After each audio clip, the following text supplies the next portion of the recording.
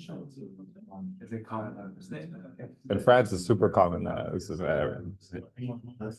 But only in France.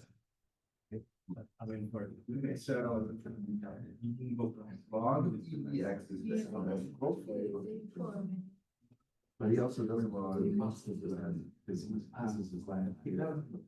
He's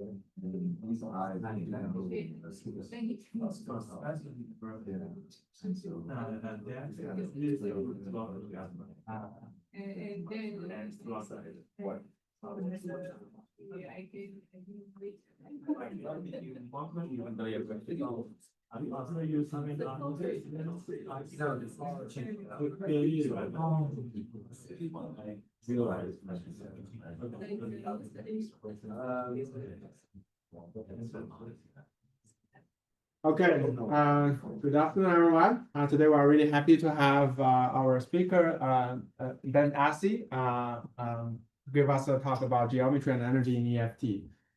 Ben got his PhD from DESY Hamburg, and then finished his postdoc, recently finished his first postdoc at Fermilab, then now John started his second postdoc at the Cincinnati. He worked on a lot of different aspects of precision calculations, including precision QCD and geometries and EFTs, as well as machine learning aspects, and also some quantum Monte Carlo for nuclear physics calculations. Yeah, today we're very happy to have him. Let's have him. Thank you very much. Yeah, thank you for having me. Yeah, so today I'm going to be talking about geometry in the first part and energy in effective field theories. It's going to be general in the beginning, and then we're going to look at a particular EFT, the standard model effective field theory. But that's where this all began. And so these two papers are on the geometry aspect, and the next part will be on energy enhancement in effective field theory. And that will be very SMEFT, the standard model effective field theory focused, because that's now the workhorse of EFT analysis at the LHC. So in both cases, for both stories began in practical calculations for the standard model effective field theory. And the idea behind this effective field theory, as you haven't heard, is the bottom-up effective field theory to systematically classify all of BSM physics if you assume that you don't know what the UV physics is, and it sits at some scale lambda, which is a few TeV, and that's much greater than the vet of the Higgs. And all you know, all you can access is standard model fields and symmetries. So any higher dimensional operator you write down must respect the standard model fields and symmetries. So the dimension 5 term is the famous Majorana neutrino mass term. In mass dimension 6, you have the leading standard model deviations, but these have been constrained by LEP and also by LHC for Higgs-based operators. Dimension 7 terms violate baryon-lepton number, and then dimension 8 is now what people are really interested in any conference right now, is calculating things up to dimension 8. But as you increase your operators, as I'll show in the next, increase the mass dimension, the number of operators grows exponentially. Why do you care about dimension 8? Well, if you calculate something at dimension 6, an amplitude squared, it's going to interfere with the standard model. That's your first term. Then you're going to have a 1 over a pure dimension 6 dimension 6 squared term, which goes like 1 over lambda to the 4th. But that will be at the same order in EFT expansion as the dimension 8 times your standard model term. So that is, you have to include that. There are many other reasons.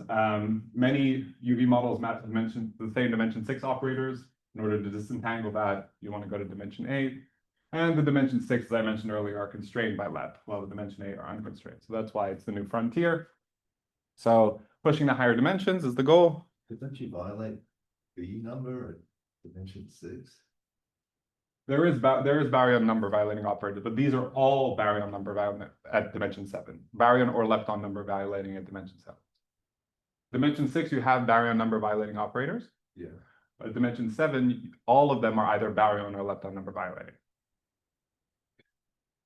That's why I put that in there. So if you don't care about baryon lepton number violation, you jump to dimension 8. Okay.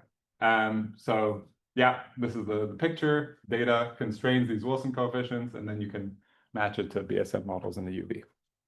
Is it clear that it should be the same lambda for each operator? Is it clear it should be the same lambda? Yeah, I mean, your C's change. So your C's, your Wilson coefficients go on top of the lambda. And if, Well, but it might be different UV physics that comes. yeah, so you can have a multiple scaled. You're assuming that the lowest lying energy scale for new physics is this lambda. So the one that you're most likely to capture. But you can have multiple matchings. You can have multiple matching in the sense of an EFT. You can have multiple lambdas.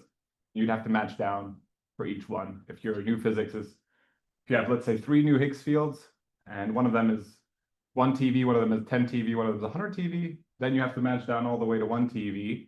And then that's what you're going to hope to match to the standard model effective. That's what you will match to the standard model effective period, because that's only valid at one scale, at the lowest lying scale for new physics. No, I was thinking, you know, that say L6 might only come in at a much higher scale than L5. That can be.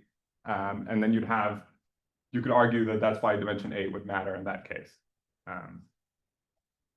You can say, well, I have a UV model that actually would only match to these operators at a high scale, but match to these at a lower scale. And in that case, you would have more careful treatment. Yeah.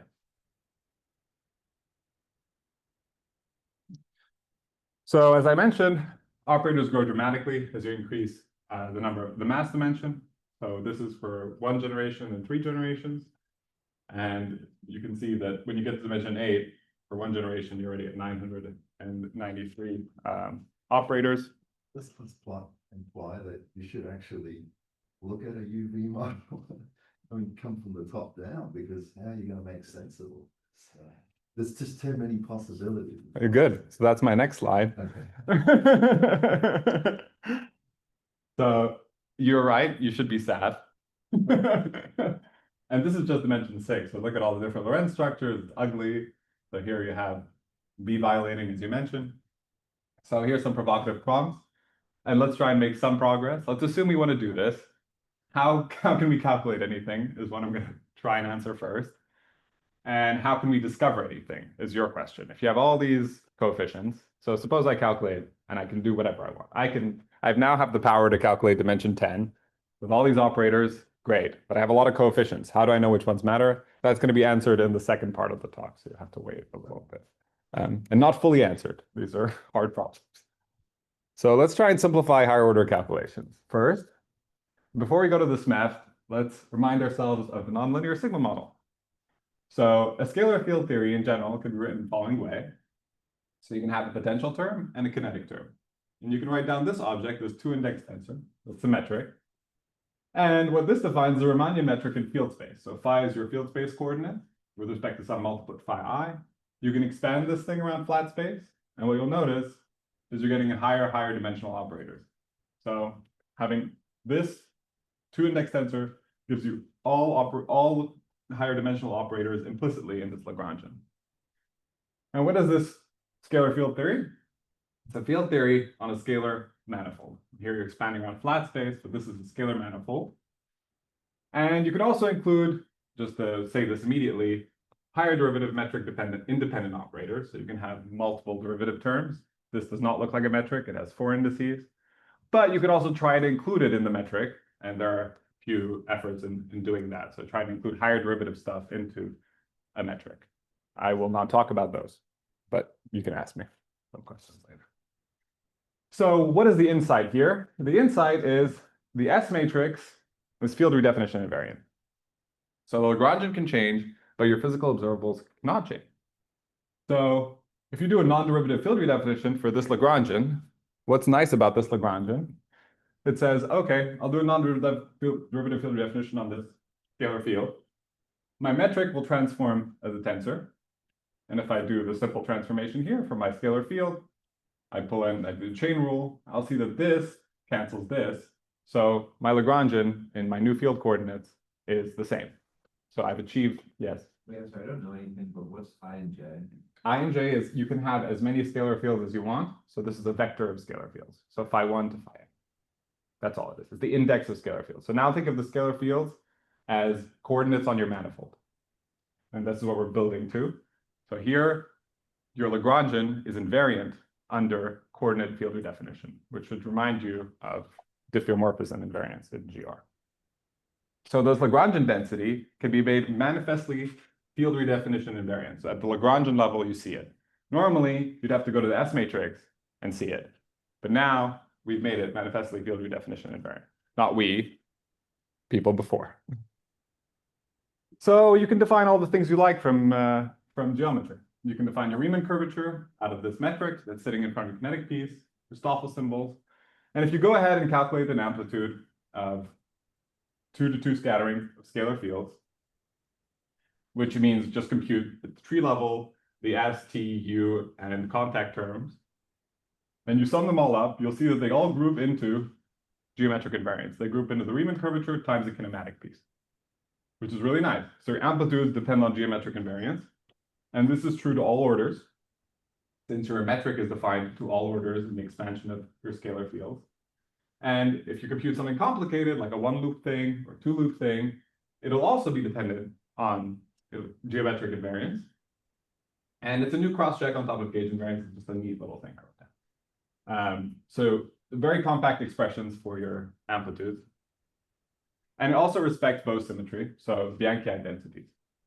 So everything is looking pretty geometric. Because in the earlier, like when you wrote, you have a potential term. I do. The potential term is not part of this amplitude, but you can calculate with the potential term. And what you'll find is covariant derivatives of that potential. So it will be covariant in the potential, but not geometric invariant. So you have a geometric invariant plus a covariant derivative of the potential. You're supposed to have a potential piece contributing as a covariant quantity. Exactly. It will be covariant. I'll show you the amplitude with it in a second. It's just neater if you show it without. So in these recent papers, they incorporated, so you have the potential, they also added a gauge field metric. And you'll notice that the gauge field metric is a function of the scalar field manifold as well.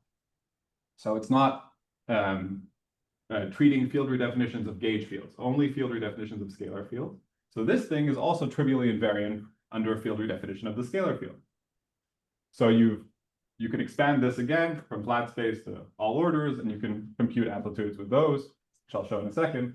But what changes is that you have an extra metric. Your covariant derivatives have a new object inside called a killing vector, which can in general be scalar field dependent. And these killing vectors satisfy the property of having a null Lie derivative, which is this object, and a Lie bracket that has this following form. You could also combine the metric into two pieces. So you have the scalar piece and the gauge piece, and then you can have a gauge fixing term. So this is a full treatment that you can say, well, I've combined these two metrics, I have a global metric. And this is a combined geometric quantity. So this was what was done back in 2022. And you can again calculate amplitudes. And what you'll see is that you end up with your killing vector, covariant derivatives of your usual piece from the scalar, which we saw before. And then you'll have covariant derivatives of your killing vector, again, times kinematic piece. So your expression is covariant. This is for scalar to scalar, and then gauge to gauge. Again, you have covariant derivatives of your gauge field manifold. But everything in this expression is covariant. So here you were only talking about scalar field redefinition. Scalar field redefinition, but now you include gauge fields. So that was what's done so far. So if you have two derivatives on a scalar, would it still transform covariantly? So I think you always have one derivative on the scalar. Single derivative on the scalar. So if you have higher derivatives on the scalar? On the same scalar, would it transform covariantly? If you have higher derivatives on the same scalar to d squared phi, and then you do a non-derivative field redefinition? Yeah, I'm just saying, like, you go back, you have one, I think the previous slide you showed like a derivative on a scalar transforms nicely, like you'll hear the last one. Yeah. If you have two derivatives, like d mu, d mu, would it still be like a same transformation? No, that's why this kinetic term is with a single derivative on the scalar field. Some interaction, like yeah, so this is called four derivative terms, something. Yeah, so you can add four derivative terms, like this guy, for instance, or with higher derivatives in between, but those are not those are metric independent. So not clear what the geometry is here. So people are trying to do this with more derivatives and trying to include it in a metric, but so far all the efforts are at the action level, not at the Lagrangian level, that are the efforts that I'm comfortable with. The efforts that I'm less comfortable with use jet bundles and other techniques that are a bit more esoteric and not super clean yet. But there is work on this. And also, are you expanding around a bed like a specific point of a scalar manifold? You can, yes, so you can expand around the flat space, so a specific VEV or any place. Yeah. Because we care about EFT here. Cool. So what have we noticed? Again, the S matrix is field redefinition invariant. But field redefinitions are diffeomorphisms on a scalar map. So if you change your field to phi prime, it's very similar to what's happening when you change your coordinates. So it should be invariant under a coordinate change for in GR. So diffeoinvariant quantities like curvatures, covariant derivatives lead to field basis invariant quantities in amplitudes, one loop RG equations, which we'll show later. And your target space metric implicitly resums an infinite power of operators. So Lagrangian, this Lagrangian, is manifestly field basis invariant. You can see it from directly at the Lagrangian level. And it's been applied in many things: amplitude, soft theorems, double copy, and formal studies. So what did we do? As I mentioned back in 22, they added this piece. And what we did was include the fermion. So if you include fermions, you can have a fermionic metric, again, a function of the scalar field. You need a spin connection, which transforms an anti-Hermitian tensor. And because when you're doing field redefinition here, you have to make your Lagrangian manifestly invariant. And if you do it without this piece, you won't get the same Lagrangian back after doing a fermion field redefinition, which is a fermion field redefinition of, again, the scalar fields. You have a Yukawa piece, a dipole piece, and a 4 fermion piece. So this Lagrangian is invariant under the following fermion field redefinition, which is one, again, a transform of scalar field, where the metric transforms the Hermitian metric and omega as a anti-Hermitian spin connection. You can go further.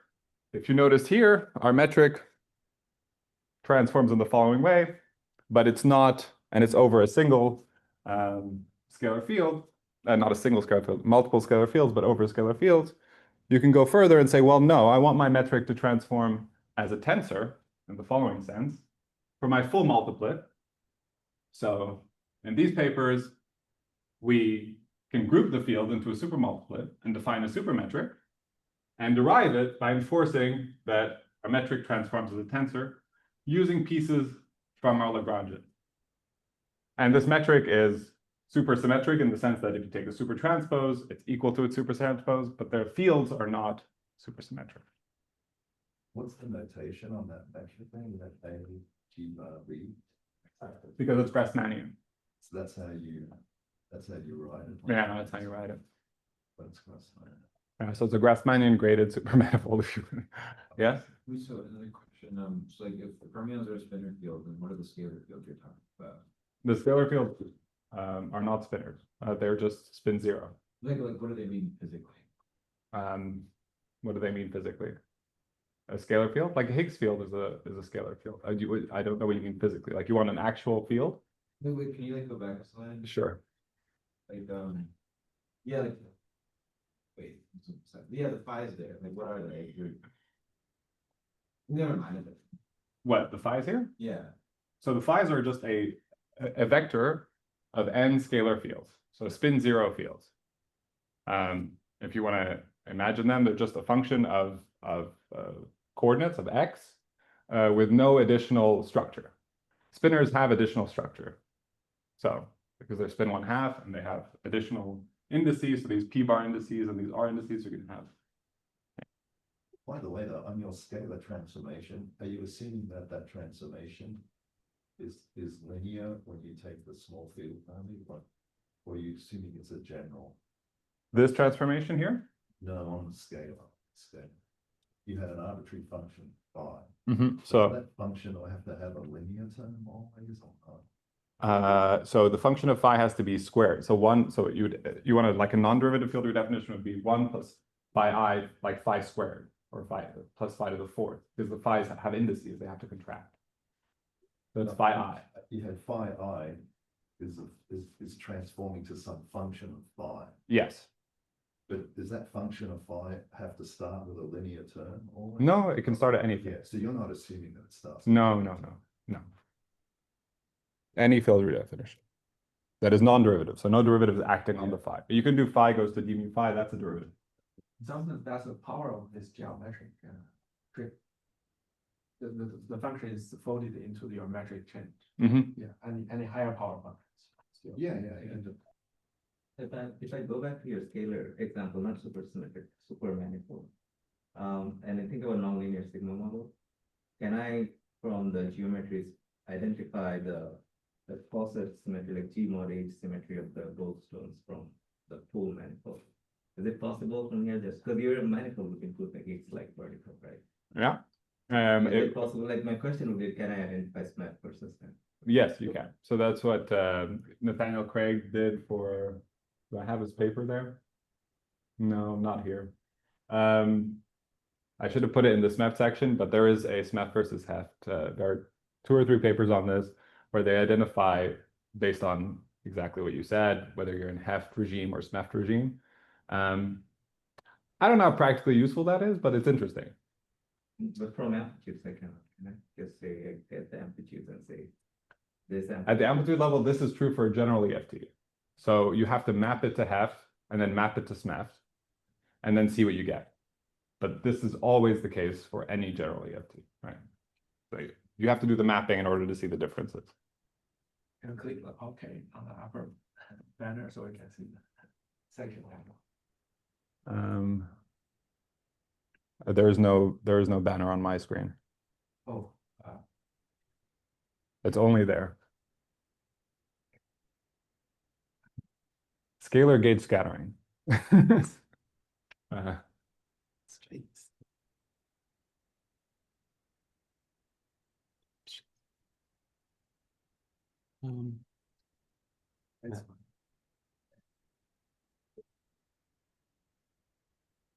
Okay, so now we have our general metric. We can compute, and we have the Riemann curvatures. This is just a repeat of what was before to show you the form for the scalar to scalar. But now you can do scalar fermion to scalar fermion. What do you get? You get the Riemann curvature over the scalar and fermion fields for your 2 to 2 amplitude with the usual spinor term here. And then for the 5-point, you get a covariant derivative of the Riemann curvature. So again, highly compact covariant expressions. And then if you include, why is this repeating again? Oh, yes. And then the 5-point, and then you can turn on the scalar potential and the fermion mass matrix. So here you have, to answer your question, you can include the potentials. You'd have the third covariant derivative of the potential. You'd have the covariant derivatives of the mass matrix. And the 5-point, so that was the 4-point. For the potential, do I have to assume the potential is in the metric invariant or? No, it's not part of the metric. It is its own piece, and all it can be is covariant. So you always have a metric dependent piece and a potential. So this is the 4-point. So you can still see it's pretty compact with everything included. And then the 5-point with everything included is not just the covariant derivative of Riemann, but all this extra stuff. But all this extra stuff is covariant. So sorry, the piecewise denominator are the poles, right? Oh. Yeah. And you have to identify these pole locations when you write down those. Not one of our epsilon poles. These are the physical poles. Yeah, the physical poles. This is a tree level 5-point amplitude. So you still have Kinematics. Yeah, you still do Absolutely. you still do the final calculation. Absolutely. And this is you do it in this Lagrangian. You end up with a disgustingly large expression for a 5-point amplitude. And then you see and combine and say, oh, this is just the Riemann curvature.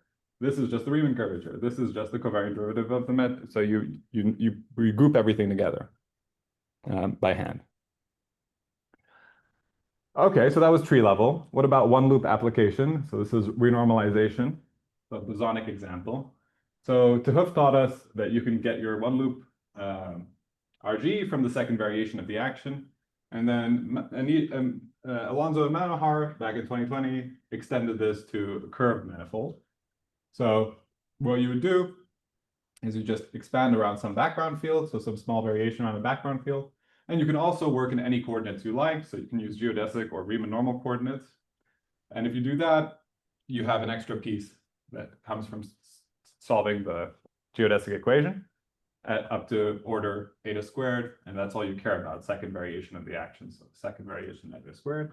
And then you get your second variation of the action with the following form. So this is an action that is made up entirely from your general scalar Lagrangian, and gauge Lagrangian. We're not including the fermions yet.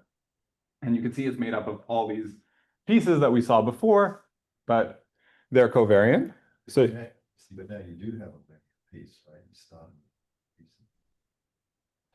a piece. for this expansion, Yeah. so this is a variation of the action. This is not a field redefinition.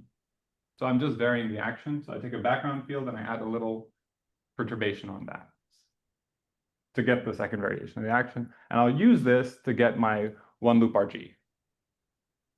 And how do I, sorry? Yeah, just to be clear, what's the theory you are trying to do here? Is the scalar General EFT. And then I will get to SMEFT in a second. So this is true for a general EFT. Yes, but before the last line of the equation, you are imagining The Lagrangian. scalar field theory plus gauge interaction. Plus gauge, and that's it. Okay. With a potential term. With a potential term. And I can group all of this. So this is hitting the double variation of eta, and this is a covariant derivative acting on eta, covariant in gauge, and covariant in curvature. And this whole piece is multiplying this, and this you can rewrite as a commutator. So, and you can build up your one loop piece. So you just you take pieces from your second variation and you group them. All combinations that add up to dimension 4. So y nu, which I'll show you in a second, is the commutator, and x is made up of the second piece I showed you, the eta ij's piece. And if you square them, see that these are dimension 2 pieces, so you have to combine them to make dimension 4. And all you do is calculate this one loop for 2 insertions of y and 2 insertions of x. And you calculate the one loop diagram you calculate once for these 2 terms, and you get the prefactor 1/12 and 1/2. And that's your one loop variation. Similarly, we did the pure fermionic poles here. For those, you can create for any for the Lagrangian with fermions the following dimension 4 combinations, and you just calculate 6 times the different possible insertions that add up to dimension 4, and you calculate the one loop prefactor. So you're only calculating 6 one loop diagrams, and you get the full expression for the pure fermionic loop. And recently we did the mixed boson fermionic loop. So there you can have the dotted lines are bosons, the non-dashed lines are fermions. And there you have a few more terms, but again, they group up, and all you have to do is calculate a small set of one loop diagrams to get the full one loop RG. And it's made up of all these pieces. So these pieces are the covariant, the commutator, the covariant derivative, which is made up of the Riemann curvature, covariant derivative is acting on the killing vector. So all these pieces are covariant and neat, and that's what makes up your expression before. So when you actually want to map this to a specific EFT, you just have to identify what all these pieces are: Riemann curvature, your mass matrix, etc., and your EFT. So the new thing is that you're doing, this is the background field method for computing big function, right? Yeah. So the new thing that you're doing here is you're doing it with geometric invariants. That's the. Yeah, and it's valid for general effective field theory. Yeah, but if that was done also for general effective field theory, there's papers from the 90s of people who did this. Massachusetts and Born, they did it. But not for geometric, not using geometric. Yeah. But they use the background field. Oh, of course, the background field method has been around for a But while. here you're saying it's the geometric invariance. So what does that enable you to get the results more quickly? Is that what happens? Right, it's an organizational term. So these terms will come out for any EFT. They just won't appear as geometric invariants.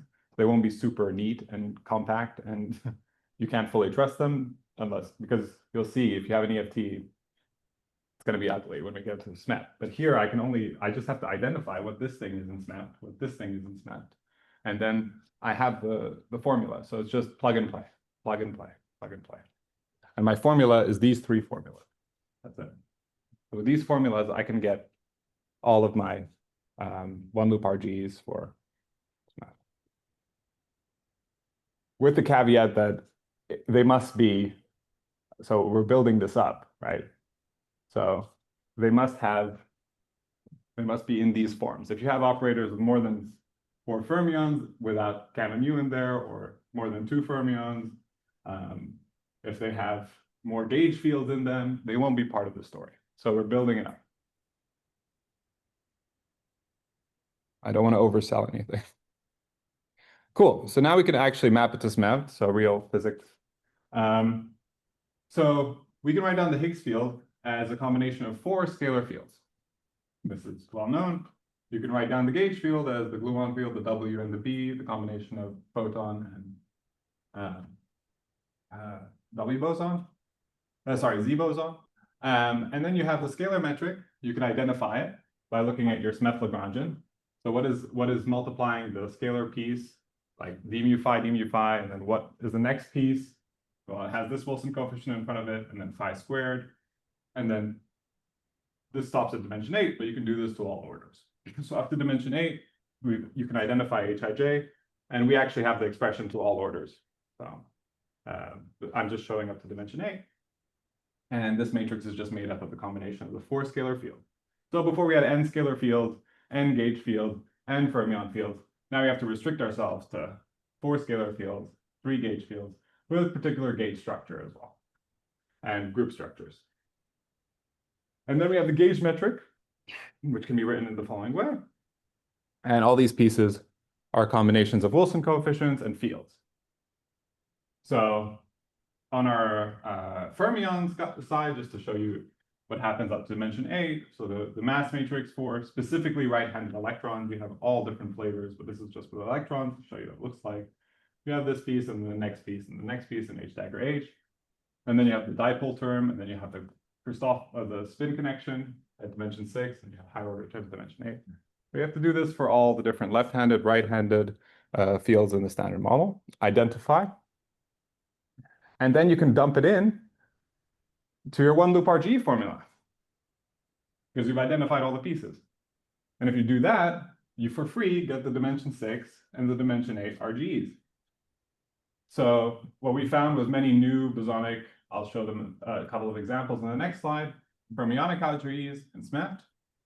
Here's a fermionic loop corrections to operators. So what's cool about using the geometry is it neatly combines terms together. So you notice the same, this is made up of a bunch of factors, but you can identify that, oh, it's the same factor in this RG and this RG. There it is, I actually wrote down the factors. So made up of a bunch of Yukawa combinations. And they appear in both RGs. So you've noticed neatly that they appear. So there's a connection between them. And we recently calculated the mixed fermionic bosonic loop contributions, which have never been computed before, up to dimension 8. So the takeaway is that this organization lets us easily calculate higher dimensional loops. This is the standard model field content, but you're still assuming non-flat geometry? If you have a field, the field geometry is not flat, yes. Not the, be very careful, not the space-time geometry. Is that your question? No, not. Oh, okay. Yeah, field geometry is not flat. But for the scalars, why is it not? I mean, you have your 4 scalars, but it's not flat. Well, if you stopped at dimension 4, your Lagrangian, it would be a flat manifold because you're sitting at a point. But if you keep going with dimension 5, dimension 6, in your EFT, you have higher, yeah. So that's the non-flatness that's appearing. Because you're saying you're generating contributions to the kinetic terms in those dimension 5? Yes, and other terms now, and the connection terms and everything. The connection term is actually already dimension 5. So it's already a higher dimensional operator that wouldn't exist at dimension 4. So you're allowing, I guess, just phi d mu phi squared is a dimension 5 term. Oh, the specific one, which is omega here. This guy. So d mu phi psi bar psi, that's a dimension 5 term. And that's necessary in order to make this Lagrangian field redefinition invariant at the kinetic term level. I was thinking just of the scalar piece, the dimension 5 term would have a linear term in HIJ. Yes, that would have a linear term in HIJ. So it'd be HIJ.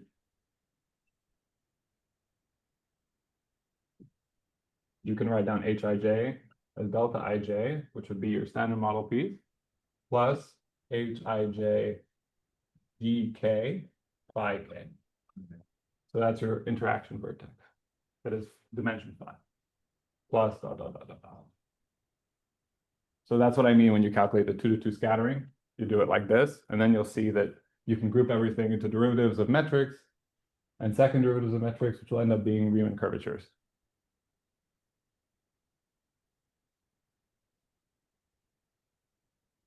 So going back one slide. How did you match to this one loop RG of this dimension 6 operators? Those operators are not necessarily covariant quantities for you, right? It's a part of the operator. All the operators generated with your geometric EFT. Right? So what did you do? So you look at the operator structures, and you notice what each piece corresponds to. Right. So what we it would take- be a component of the geometric covariant pieces. Yes. You will miss some pieces if you don't have the full Lagrangian, which we don't, but you end up with new pieces up to dimension 8 that haven't been calculated before, and then you need to add more geometric pieces, not geometric, more manifestly field redefinition invariant pieces in your original Lagrangian to capture more higher dimensional operators in your RG. But I can show you explicitly so the new bosonic terms, just to show you. So these were dimension 8 RGs previously calculated for the h to the 8th operator. Just examples. There's much more, but here's just to show you. So the green was calculated by hand. So what you do is you take every operator in the SMEFT at dimension 8, which is a lot, and then you put them in your loop. You put insertions of each one independently in your loop. We just had to calculate 6, and then we map it. So it's much more likely you're going to make a mistake. So the blue is new. Blue was not calculated before. That's what we added. We confirmed all the green, but then we found mistakes. So this is a group in Granada. They computed the standard way, which is putting in hundreds of insertions and adding them all up. And they found this factor. We emailed them and they corrected it. But organization for these complicated things matters. So did you say the previous people actually missed the blue terms? Yes, they did. No, it's not that they missed it. They just didn't calculate it because they have to do it one at a time. They have to put an insertion one at a time. Put the other operators. Yeah, they have to do it one at a time. Yeah, so these tau operators are dipole operators. They didn't include the dipole guys, for instance. We can include them easily. Cool, so that's the story so far. So what is next? As I mentioned, all we've done is non-derivative field redefinitions. People are doing higher derivatives and trying to incorporate them in the scalar field metric. So these folks, there's a few papers, so I don't have the links, but if you look up their names, you'll see papers appearing all the time. We're now trying to include gauge field redefinitions.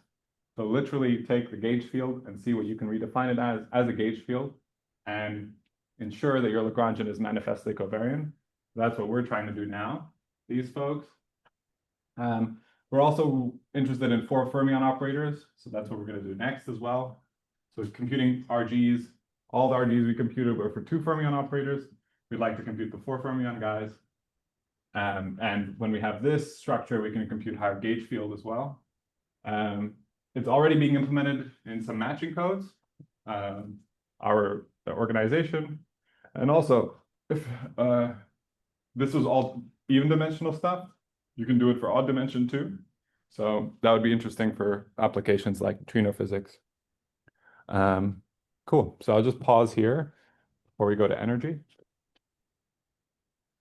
So let me ask a generic question. Yes, sir. So I'm already trying to incorporate the EFTs, just trying to capture, integrate all the heavy particles to how do I say it?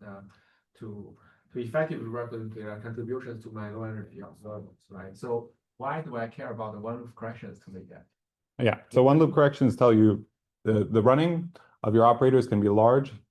And also, if you don't have a notion at tree level of uncertainty quantification. So you need to vary your renormalization scale, at least at one loop, to have a sense of uncertainty quantification if you're working from the bottom up. If you're doing matching to experiment, hundreds of coefficients, you want to see how if you vary those coefficients, your one loop effects matter.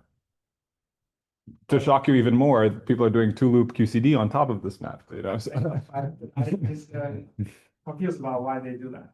I agree with you to some extent. Yes, I think one loop RG is at least one loop is important. Two loop is crazy. I would, but people do it for understanding the formal structure, and it's Yeah. important. Sure, but even the one loop RGE, like say from that's basically if I want to match UV coefficient to IR, that's what I care. But really, we're measuring IR parameters in low energy experiments. Yes, we are. If we measure anomalies, we want to interpret it correctly towards the corresponding UV physics. That I may care about RGE, but so far, they don't matter, right?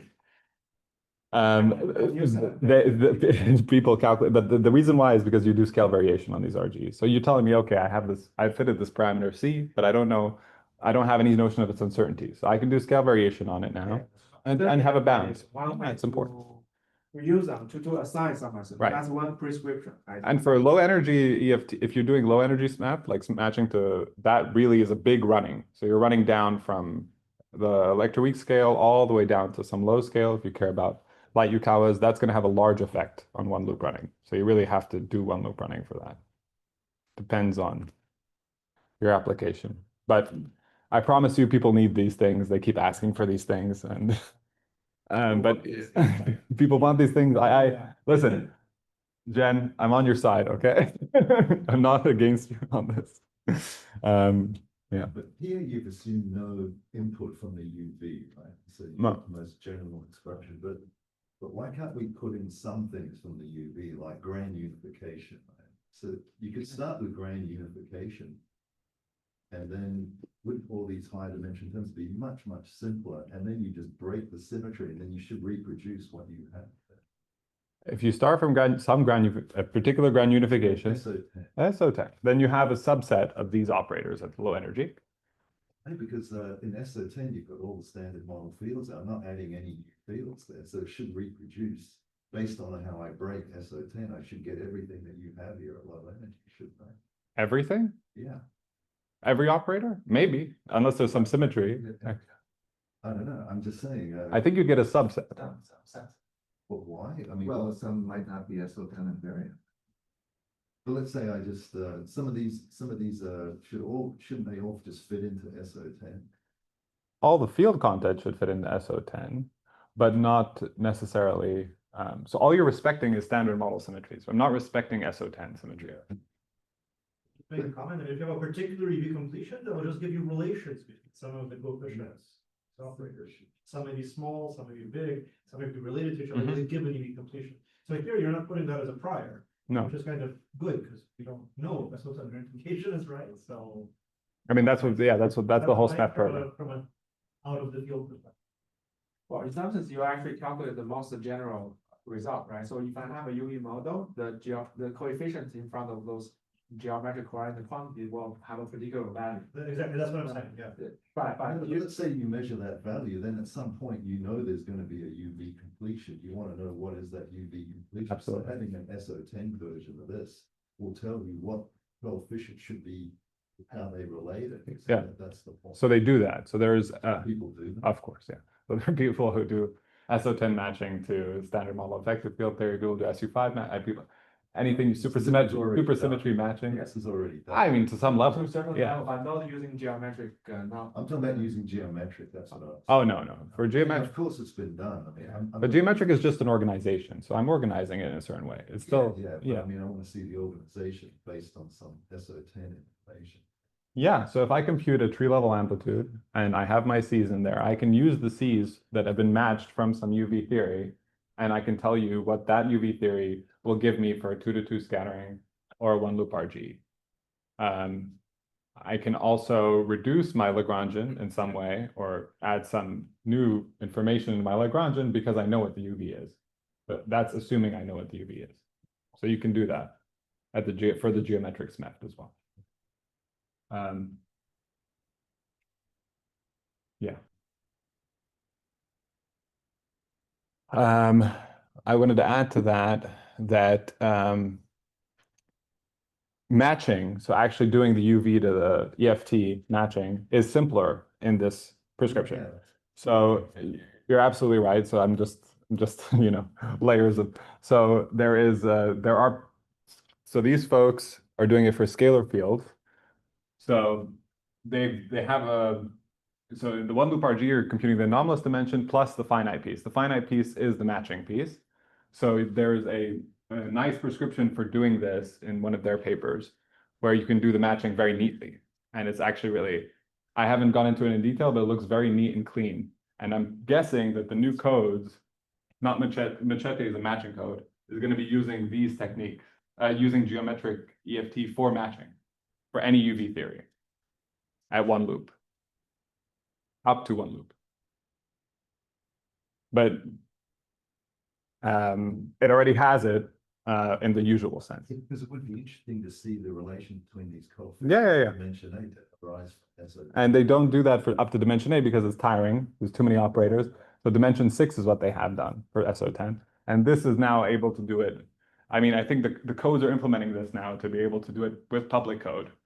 And there's many more than just Machete. That's just one example. But you're absolutely right. That's something that has to be done. So we're just looking at the first term, which is the pole, the one loop, but there's the second term, which is the finite piece. And that's going to give you the matching. Sorry. Okay. So geometry, I don't know how much time we have, but I'll just tell you a different story now. So the geometry, what we've discovered is that it's responsible for all order operator summation. So it's good to work on that, take new terms over and over again. It's a very good calculational tool, but it doesn't tell you which operators have the largest impact in a high energy process. So that's more of a pheno question.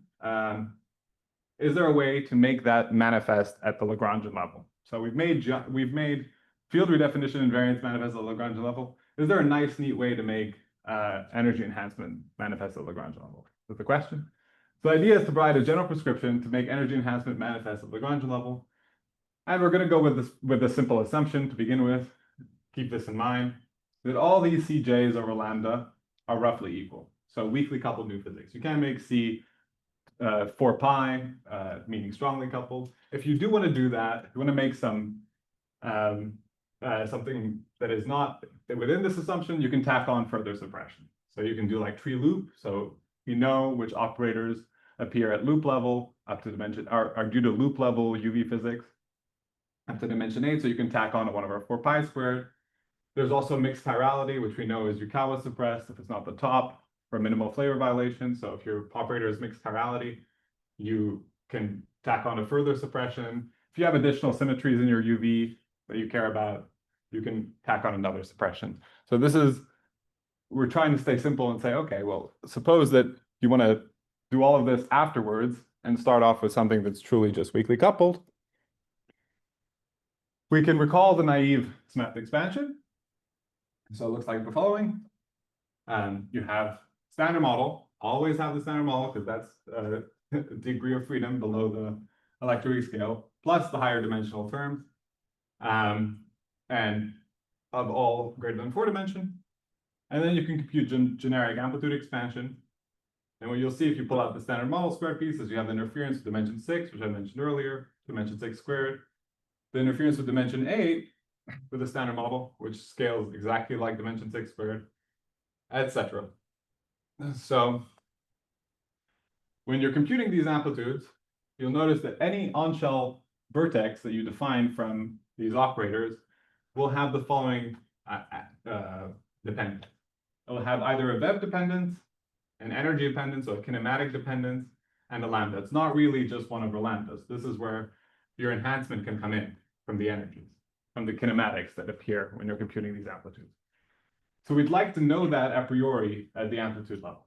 So we want to make the energy manifest now by a new power counting. So instead of big lambda, which is a bit of a lie because it's not telling us how many powers of V or E are in front of any particular on-shell vertex, we're going to define a little lambda that takes into account all of the enhancement or suppression that would come in from the vertex. So big lambda is the UV physics, so that has to be greater than any of the kinematics, but the kinematics can be greater than the VEV, the Higgs VEV. So if you have this ordering, which is true if you're interested in the high energy tails of a distribution, where you're discovering new physics possibly, then this is the operators that are going to matter. You can also have accounting for when E is similar to V, so E is order of the Higgs VEV, but this is the counting we'll be interested in. So we picked these powers just for it's a choice. And this is a dimensionless power counting parameters. This will tell you all the size of everything here. And we'll keep a big lambda here to tell you the mass dimension, but it's just lambda hat. It just tells you how the mass dimension. All the size is now captured by this little lambda is the goal.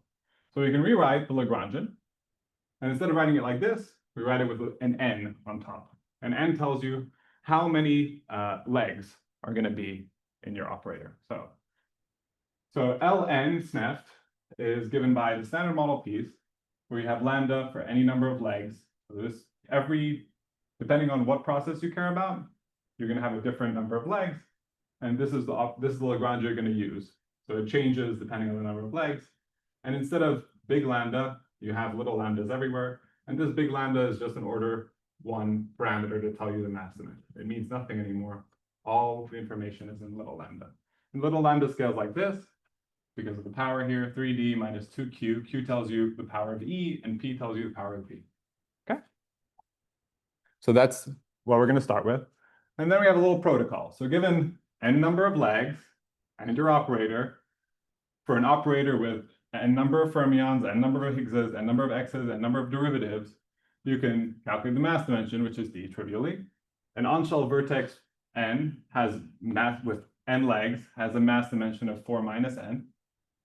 So that's going to be important, that little d. So you have big D, little d. And then the fewest VEBs to pull out, so the fewest V's, and everything else has to be in E is given by this. The number of fermions plus the number of gauge fields minus the number of Higgs fields, because this is what gives you the VEBs. And the most hours of E you can keep is what remains. So D plus D minus P min. So this is the maximally enhanced term that your operator can provide. Maximally enhanced vertex that your operator can provide. And then you can get all sub-leading terms as well. So you still have any P expansion in lambda, and you can get this by a little extra protocol, which is in the paper, by careful replacement of E goes to VEV. And what's interesting is that I'll show you in a second, for n equals 2, 3, for 2-point and 3-point vertices, your kinematics is frozen by on-shell condition and momentum conservation. So you don't have any energy dependence. So scaling is fixed by the lowest dimensional operator that you can write down. Only for 4 legs or more, so 2 to 2, 2 to 3, can you form independent Mandelstam invariants with new non-trivial energy dependence. So here's the tables to show you what we mean. So what we provided in the paper is up to dimension 10 and 6 points for reference, but you can easily just write a simple mathematical code that does the protocol and tells you exactly what everything should be. So for dimension 6 at 2 point, you can see that this is just the propagator correction to the insertion of a vertex in a propagator. So for the h to the 6 guy, you are enhanced by lambda to the 4th because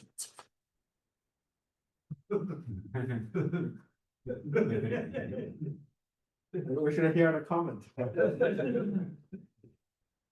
So you have your vertex goes like, so you have it h to the 6, so you have a v squared dependence here at dimension 6. But if you go to dimension 8, all you're doing is adding 2 more Higgses.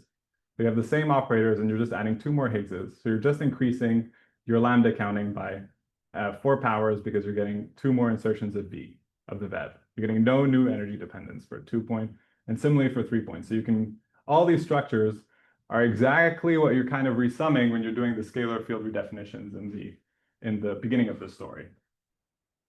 But then when you get to 4 point, something interesting happens. You start to end up with non-trivial. Your operators change as you go from dimension 6 to dimension 8. You have a different set of operators that are allowed, and at 4 point. And your energy dependence is non-trivially increasing. So you're going from lambda squared to lambda to the 4th, not lambda to the 4th to lambda to the 8th. And If your dimension 6 is well constrained, your Wilson coefficients, then lambda to the fourth is going to matter if it's unconstrained. So, and then you could go up to dimension 10, but you see non-trivial energy dependence for 4-point and higher. And these colors tell you additional possible suppressions. So orange is a loop induced operator. So we know that the UV, any UV model that matches to this operator will have to be at loop level. And blue is a mixed chirality operator. So that's suppressed and minimal violation in the SMEFT. And purple is both mixed and loop level. So here's some colors to just identify, well, the black ones are probably the most enhanced. And these are just the leading enhancements. So these operators are the leading enhanced operators. You can have sub-leading enhancements from the same operators, and you can have other operators that are less enhanced. The list is much longer than this. This is just, all we've shown you is that for the maximally enhanced operators, you have a small set even at dimension 8.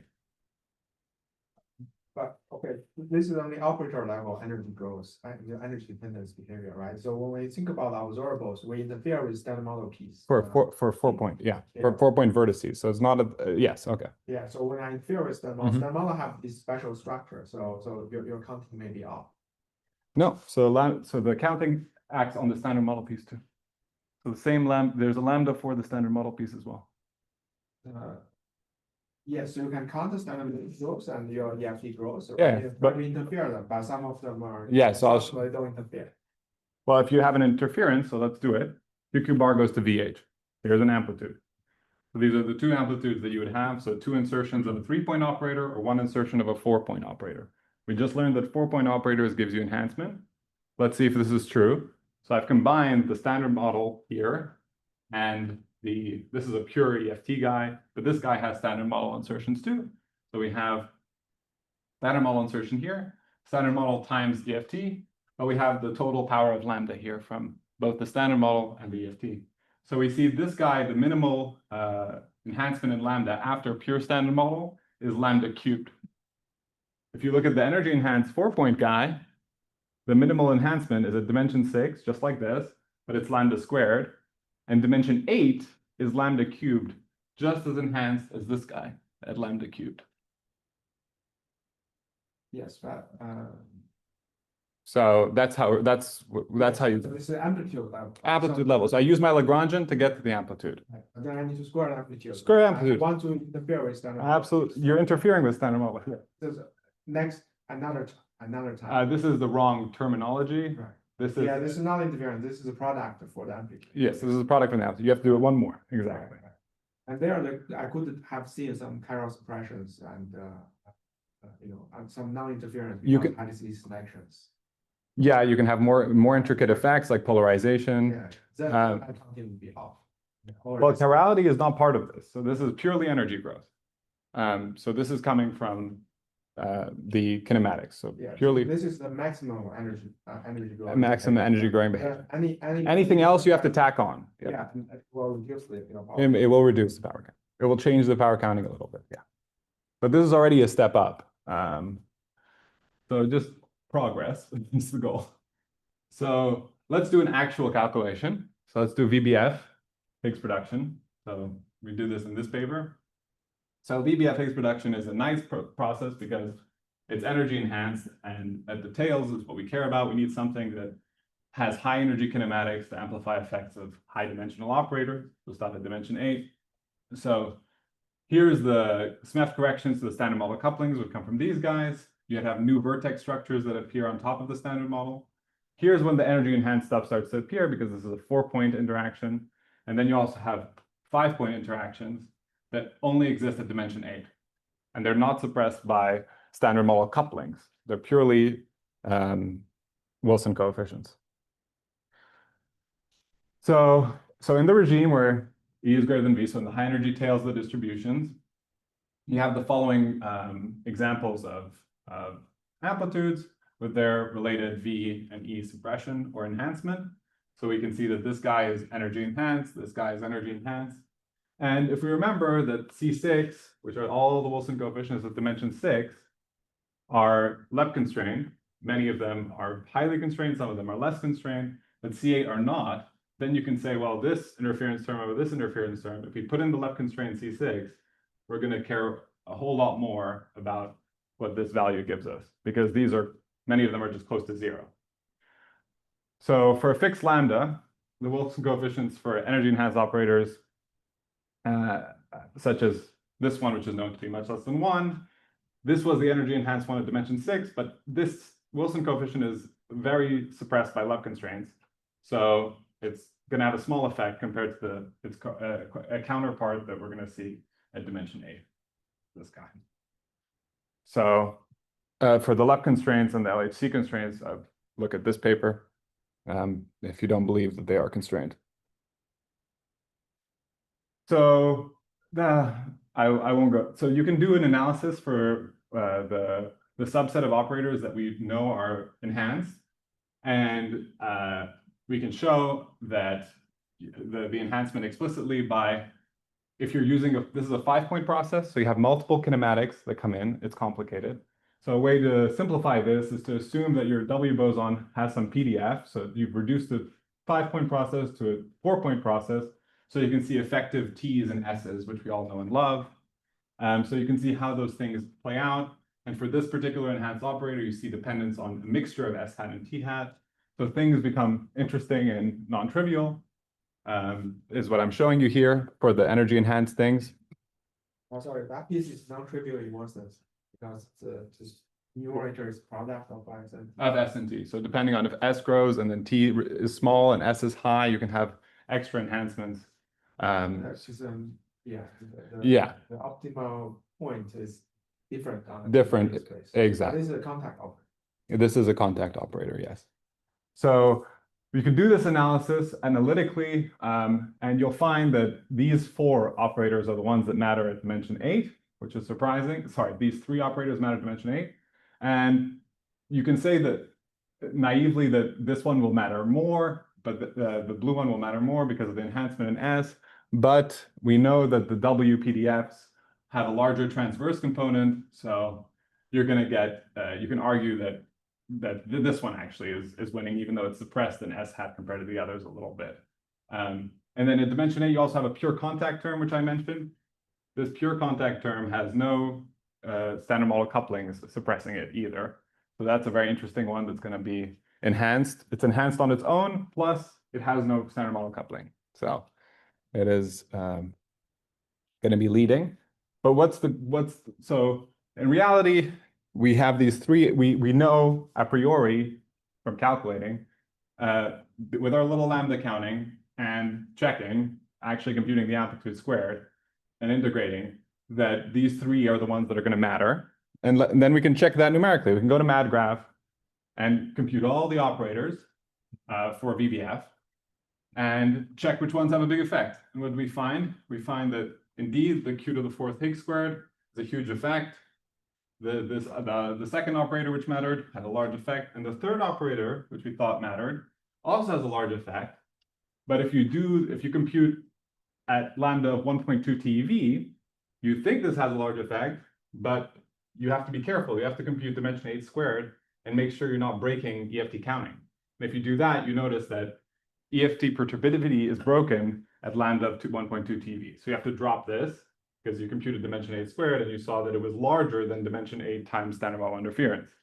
And that's bad. That means you've broken EFT validity. So you have to redo this calculation for this guy with a different lambda, is the story. You can't trust this number. But the other 2 you can.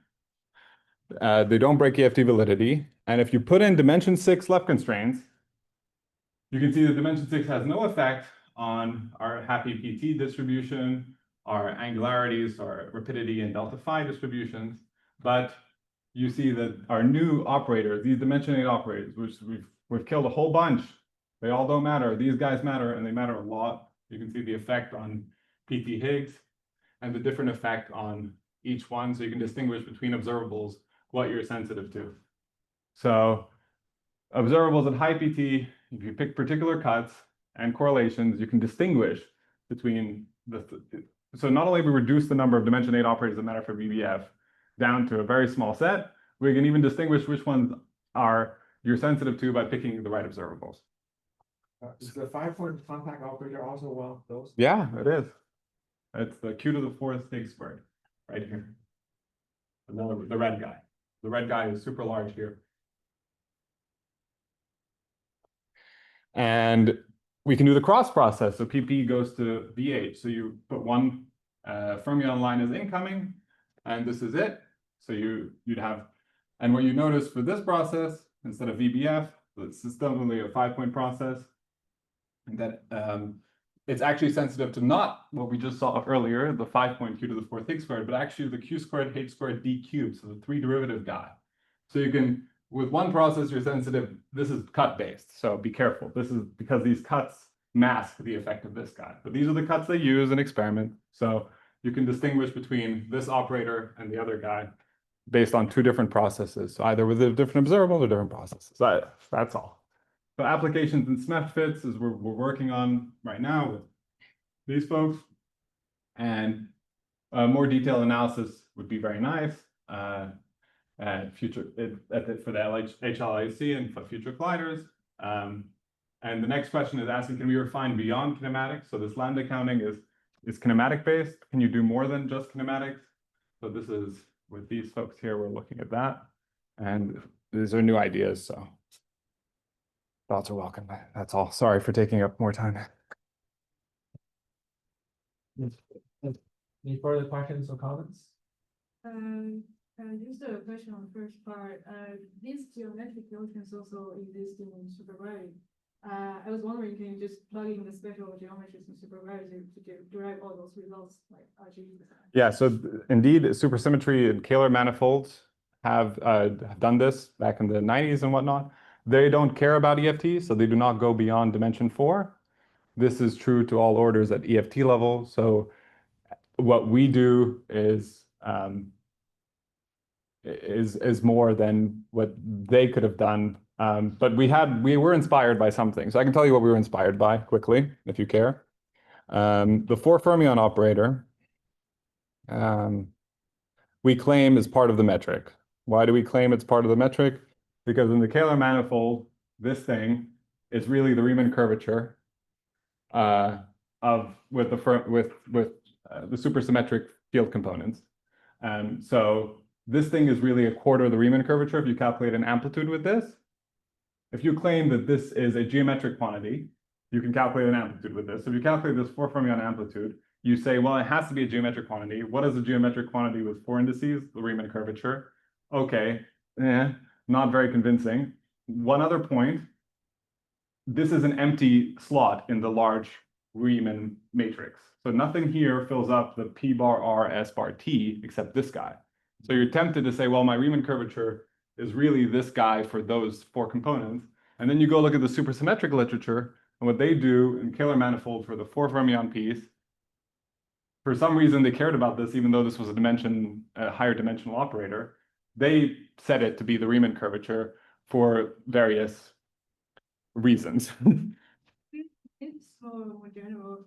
And another question, do you plan to incorporate the space-time geometry, or it's not so interesting for your studies? Good question.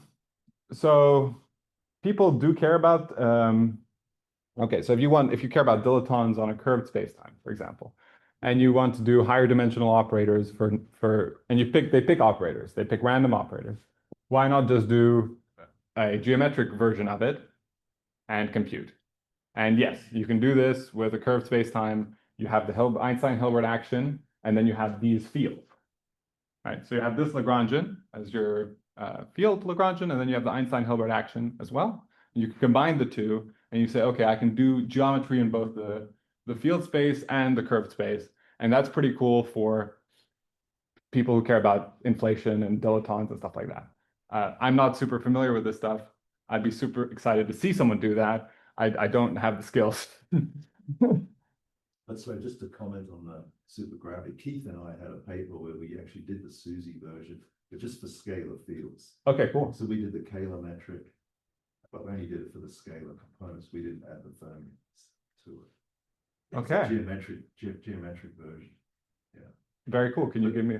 But that can be extended as you were answering the question and what you just said. You could add the fermions and you can extend it and also add higher dimension terms. Right. But we did kind of like the first part for the scalars. Yeah, I wrote everything in terms of the Kähler metric when it came to scattering scalars. right. So yeah, I mean, it can be generalized, as you said. Yes, it would be really cool to see like breaking it. So if you break the SUSY, you break down in some way, hard breaking, soft breaking. If you end up with, if you retain the geometry, you won't have Kähler manifolds anymore. Right. You'll probably have these Riemann manifolds, but can you see that? Can you see the breaking into this Riemann manifold, into this structure? I don't know how to do that. I'd really like to do that, but I don't know how. But then this comes back to also what I was saying before. Start with some well-motivated UV theory. Yeah, like okay. a grand unit, either SOT Yeah. or a supersymmetric theory. Yeah, And then break it, and then it should also get these. that would be really cool. So you prefer to do the SUSY version? Oh, no. I mean, the SUSY is just tempting because it's a Kähler manifold, right? It's already geometric in some sense. So I see. it'd be cool to see that. I just don't have the SUSY skills to do it. I mean, I could spend a few months thinking about it. Can I ask a question over Zoom? Please go ahead. Okay, so you said in the scalar field space, we have the metric HIJ, which encodes the derivative interactions, and the V phi is independence. So if we like consider a Higgs field, and then we add a higher dimension operator, and then we do electroweak symmetry breaking, would this mix this separation? I'm confused. So you're saying so the metric that's hitting the kinetic term doesn't have any derivative of the scalar fields in there. So it's just a it's only a function of the scalar fields, not the derivatives of the scalar fields. Right, and the V phi part doesn't have the metric in it, right? It doesn't. It's VFI does not. VFI does not have the metric in it. No. So if we first add a higher dimensional operator, and then we expand around the vacuum, Mm-hmm. we do a normal electroweak symmetry breaking. Yeah. That will be in the potential part. Yes. But then we would have to shift the field in the extra term we added also. Sure. Yes. You'd have to. Yeah. You would expand around the vacuum if you mean. Yeah. Would this still like would we be able to write separate like terms that involve derivatives with the metric and terms similar to like potential without the HIJ? Is this separation always possible even if we include these like symmetry breaking that shifts the field? Yeah. So this is true above the symmetry breaking scale. So you can compute things above the symmetry breaking scale. Once you go below, then you're writing it in terms of the Higgs field. Depends on what you're calculating, but you'll write it in terms of the VEVs. So VEVs overlap. So it'll turn into an expansion instead of an expansion in phi. It'll turn into expansion in V of the VEV. Okay. Yeah, below electroweak symmetry breaking scale. Right. Thanks. If you've integrated out the Higgs. So if you integrate out the Higgs, all you have left is the VEV. And that's what you'll see, V over lambda suppression. Right. So you'll be an expansion in V squared over lambda squared. Mm-hmm. Yeah. Let's have two last questions before we. So, did I understand correctly that you said C is the Riemann curvature tensor? The C we claim is the Riemann curvature. You claim, okay, great. Does it mean that it's determined in terms of the metric?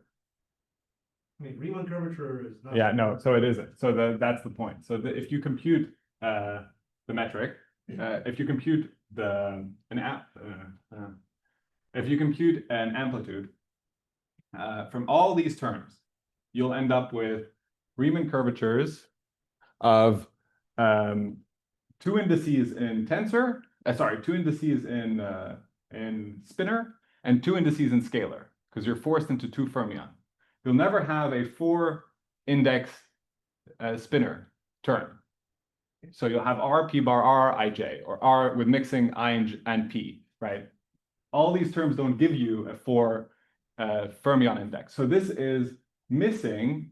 This is an empty 0 index waiting to be filled in your Riemann curvature. Because how do you claim that you have a Riemann curvature at the amplitude level? You compute it based on these things, but none of these things will give you a 4-index spinor object. So this is just waiting to be filled, and you can argue I can fill it with this. there are other arguments for why you can argue that this should be part of the metric. So this is going to be part of the metric. I'm going to tell you where in a second. So this is part of the metric here, plus CP bar R minus CP bar here. And the reason why it can be part of the metric is because these are really half derivatives. So fermions are like half derivatives. So you have half one derivative, half two derivatives. That looks a hella similar to two derivatives here, right? So Can I summarize what you're saying? yes, please. It is not the Riemann curvature tensor. It is a part of that Riemann curvature tensor, Yes, it is part of the Riemann curvature tensor. but not all of it. Not all of it. Thank you. No problem. Sorry. Last question, bro. Okay. Yeah, so just a quick comment. So at least one place where usually formal people care about EFT is the Zebra-Witten theory, which starts with the N equals 2 SU2 theory, for example, in DBV.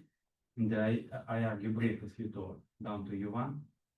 And so your EFT is, it basically like involves the first line that you write there. And the Zebra-Witten theory actually computes HLJ and JD like exactly. Maybe that could be like a test case for the studies. If you want to compare. If I want to compute the matching, yeah, that would be cool. So if you wanted to actually do like matching, like from a UV to IR theory, and then do like the breaking. So see how it breaks. Yeah, so you break the gauge symmetry. Yeah.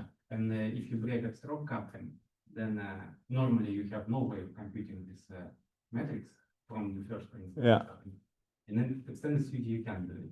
And that's the Zebra-Witten theory. I'm going to check that out.